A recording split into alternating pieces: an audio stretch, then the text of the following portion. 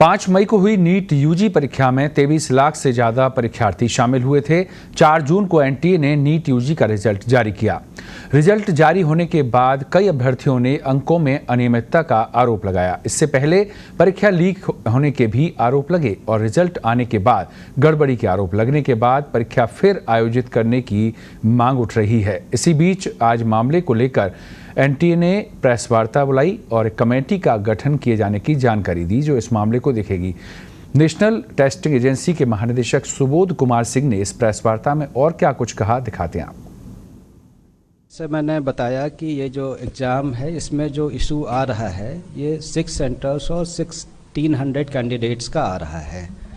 तो इसमें जो ये इशू आ रहा है इसका हम लोगों ने पूरा एक कमेटी बना के एक्सपर्ट का एनालाइज किया और उनके ग्रीवांसेस एड्रेस किए कि जिससे जो 23 लाख कैंडिडेट्स हैं उनका भी इशू ना हो और जो इतने कैंडिडेट्स हैं उनके भी इशू ना हो। बट टू अले द फियर अगेन कि इसमें किसी को भी वो ना हो, तो एनटीए हैज़ डिसाइडेड कि जो एक हमने ग्रीवांस रिड्रेसल कमेटी बनाई थी उसने जो रिकमेंडेशंस दी थी उनको जो है एक हाई पावर्ड कमेटी एनालाइज कर ले। तो एक हमने कमेटी बनाई है, उस कमेटी की वो कमेटी इनको एक बार फिर से देख लेगी कि जो इनके ग्रीवांसेस थे 1600 कैंडिडेट्स के उनके भी ग्रीवांसेस ना रहें और जो 23 लाख लोगों के मन में हैं कि काफ़ी सारे टॉपर्स आ गए, ये आ गए, तो इनके भी इशूज वो ना हों। तो इस तरीके का निर्णय एक हम लोगों ने लिया है। जो ये एक एनटीए का और जितनी भी एग्जामिनेशन कंडक्शन बॉडी हैं सभी जो है हम तो आंसर की चैलेंज करते हैं, तो बच्चों से पता चलता है कि उनका फीडबैक और वो डिटेल में देते हैं कि ये विकल्प के बजाय ये विकल्प भी हो सकता है या ये होना चाहिए। और बाकी भी जो कुछ ऑर्गेनाइजेशन करते हैं तो उसके बेसिस पे ये हर साल एक सेट प्रक्रिया है। हम जेई में भी करते हैं, पिछले साल नीट में भी किए थे और इस साल सबसे कम जो है केवल एक क्वेश्चन चैलेंज हुआ, मतलब एक क्वेश्चन अफेक्ट हुआ। तो ये मतलब जो सिस्टम है, क्योंकि इतने सारे क्वेश्चंस बनते हैं, बुक्स अलग रहती हैं, तो एक क्वेश्चन केवल चैलेंज हुआ which is the least in the history of like NEET examination in past few years. तो एक तो ये हो गया। दूसरा जो इनका जो बच्चों का जो 1563 बच्चों का हमने वो किया, तो इनके जो मार्क्स रिवाइज होके भी कई बच्चों के मार्क्स जैसे नेगेटिव में थे तो नेगेटिव से नेगेटिव में ही रहे, -20 रहे, और कुछ बच्चों के मतलब टॉपर साइड में आ गए। और इनका जो 1563 का है उसमें से 790 बच्चे क्वालिफाई किए। 790 बच्चे मतलब उनका जो परसेंटेज है 50.54% है।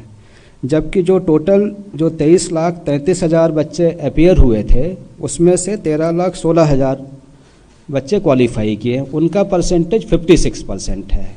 तो कहने का मतलब जो जिनको कंपनसेशन किया गया है उससे ओवरऑल क्वालिफाइंग क्राइटेरिया में या किसी में फ़र्क नहीं पड़ा। और जो इनका एवरेज भी है, जो बिफोर कंपनसेशन 164 नंबर का था और आफ्टर कंपनसेशन 192 नंबर का था। और जो टोटल 23 लाख लोग हैं उनका जो एवरेज मार्क्स है वो 217 है। तो कहने का मतलब इनका जो कंपनसेशन के बाद भी एवरेज मार्क्स कम रहता है। अब इशू ये आता है कि केवल एक सेंटर पे इतना क्यों आया, तो उस सेंटर को भी हमने एनालाइज किया। उसका जो एवरेज मार्क्स थे वो 235 थे, मतलब जो 23 लाख बच्चों का एवरेज है उससे उनका ज़्यादा था। तो कहने का मतलब रिलेटिवली दी स्टूडेंट्स वहाँ पे बेटर थे, जो मतलब हाई स्कोर कर सकते थे, और हाई स्कोर जिन्होंने बिना कंपनसेशन के भी किया। तो इस तरीके की चीज़ें जो है आपके सर, ये जो मैं जो पूछना चाह रहा था कि ये कंपनसेशन मार्क्स कितने से कितने दिए गए हैं इन बच्चों को, मतलब वो नंबर ऑफ मार्क्स कितने हैं? जैसे क्वेश्चन के वो वाले अलग अलग ग्रेस मार्क्स 5 था क्वेश्चन वाले पर, सबका अलग रहता है। तो वो रेंज कितना है? रेंज मैं आपको बता दूंगा, मतलब बट ये जो है हर बच्चे का जो है एक अलग उस पर उनकी जो आंसरिंग एफिशिएंसी है ये है, तो इसका जो है सबका एक अलग अलग वो है इसका सिस्टम जो है, जो एक जो कोर्ट के ऑर्डर्स में है कि मतलब उसकी आंसरिंग एफिशिएंसी कितनी है, ये कितना है, तो सबका जो ग्रेस मार्क्स है वो अलग होता है। इसी तरह से जो आपने क्लेट की बात की है, क्लेट का जो वो मतलब फार्मूला अपनाया गया, तो वो एक ऑनलाइन एग्ज़ाम है और ये एक ऑफलाइन एग्ज़ाम था जिसमें लिखित में केवल डॉट बनाना था। तो उस वाले सिस्टम को ऑफलाइन के लिए कैसे अपना लिया गया? पैटर्न एक है, पैटर्न मतलब टाइम लॉस का है, कॉन्सेप्ट टाइम लॉस का है, तो उसके आधार पे बनाया गया।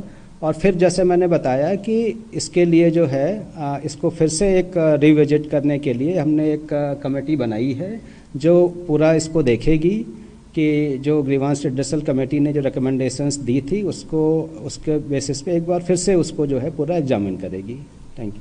तो क्या रिजल्ट फिर से डिक्लेयर करेंगे री एग्जाम करके? देखो, इशू जो है केवल 1600 लोगों का है।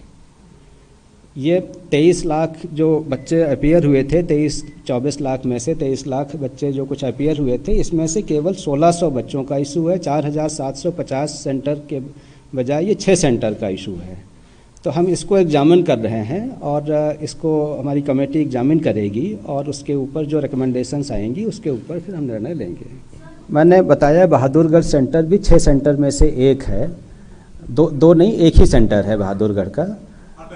हाँ, तो एक ही सेंटर है, वो जो ये कमेटी रिविजिट करेगी उसमें आ जाता है। और जो दूसरी हम लोगों ने भी काफ़ी सारी FIRs कराई थी पूरे कंट्री में, कई सारे राज्यों की पुलिस ने भी FIR की थी। तो जिन राज्यों की हैं हम उनको इन्वेस्टिगेशन में पूरा सहयोग कर रहे हैं। जो डेटा इन्फॉर्मेशन हमसे मांग रहे हैं, we will provide all these things. देखिए, हमारी बातचीत जो इन्वेस्टिगेशन चलता है, जो हमसे रिकॉर्ड्स मांगेंगे, we are very transparent, we will provide all the information, we have nothing to hide. ठीक है। देखो, एक क्राइटेरिया था how to compensate loss of time. इस इशू को लेके हमारी कमेटी ने रेकमेंड किया, तो they have followed the same concept कि लॉस ऑफ टाइम यहाँ पे हुआ था, यहाँ भी लॉस ऑफ टाइम हुआ है। तो उसका एक क्राइटेरिया जो फॉलो किया गया उस तरीके से कंपनसेट किया गया।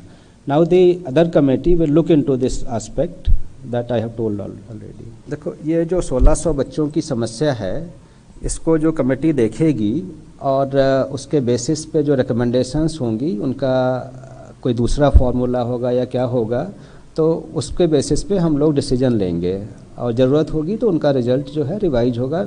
बट कोई भी जो डिसीजन होगा, ना तो 23 लाख बच्चों के कोई डिसएडवांटेज उसमें होगा और ना वो जो 1600 बच्चे हैं जिनका टाइम लॉस हुआ है उनका भी कोई नुकसान नहीं होगा। इट इज़ द फार्मूला जो है ये टाइम लॉस के उस पर है, सेम टाइम लॉस हुआ, लेकिन उसमें जो है कितने क्वेश्चंस किए आपने। जैसे क्वेश्चन किए, आपकी ये क्वेश्चन की स्पीड है, आप करते तो आपका टाइम लॉस हुआ।